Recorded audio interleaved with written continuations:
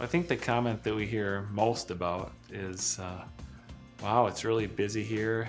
And, from the moment I walked in the office, I was greeted with a, smiley, friendly face and kind of felt at home. So that's hopefully the first impression that they get. And, or going around the office, there's, some magazines, new magazines, TV to watch, plenty of water, coloring books, stuff for kids to play with. So hopefully it's not a waiting area. Hopefully it's a reception area or, family room where kids and adults and everybody can sit and enjoy the sunlight coming in.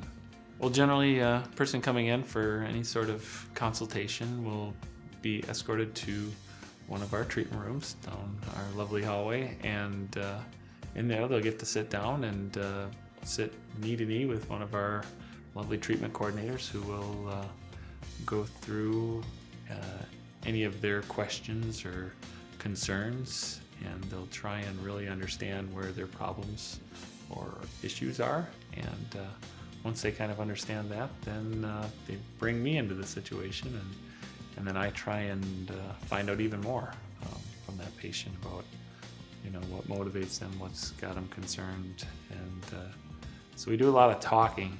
So we're good talkers, and hopefully really good listeners as well.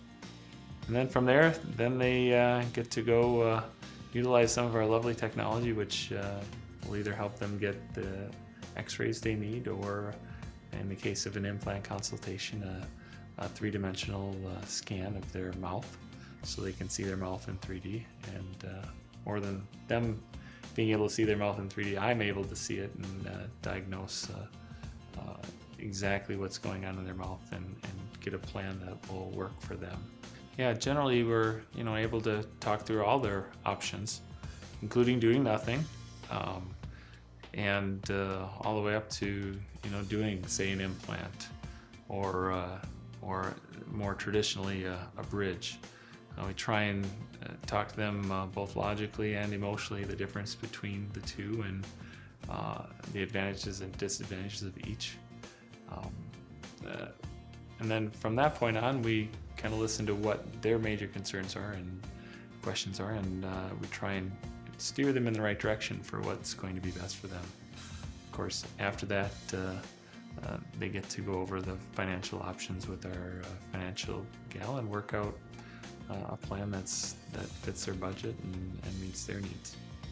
Usually the next step from there is to get them back and get them started on the treatment they need.